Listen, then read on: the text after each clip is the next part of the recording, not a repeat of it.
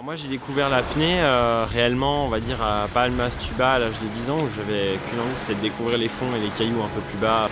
Et après on va dire que ça s'est fait que pendant les vacances. Et après il y avait cette frustration. Et à l'âge de 14-15 ans j'ai commencé à pratiquer en lac en complément des vacances ou alors pour préparer les vacances.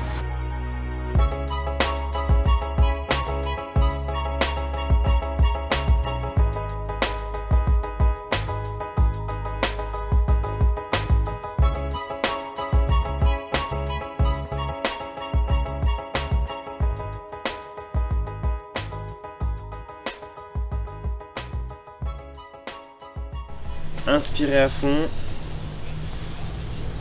expirez à fond.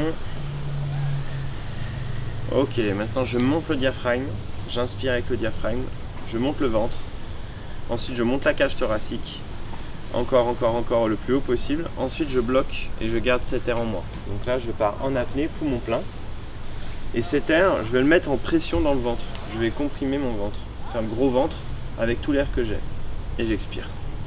1, et 2, et 3, et 4, et 5. Fais le gros ventre, fais le gros ventre. Monte ici, voilà, et tu le re-rentres.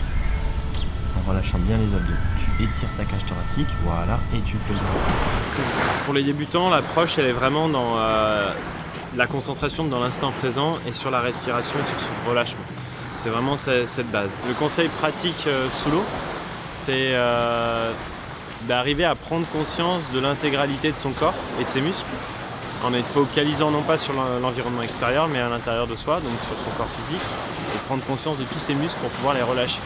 Chaque seconde, je dirais, a son importance, et en même temps la notion du temps est complètement, on va dire, abstraite en bas. Et à partir du moment où on arrive à inculquer ça aux débutants, on arrive dans une séance à se transcender avec des gens qui ont des fois peur de l'eau ou qui ont besoin d'énormément de prise de confiance en eux, ce qui se libère et qui puissent d'un coup s'envoyer à 10 mètres de profondeur, chose que jamais ils auraient pu imaginer.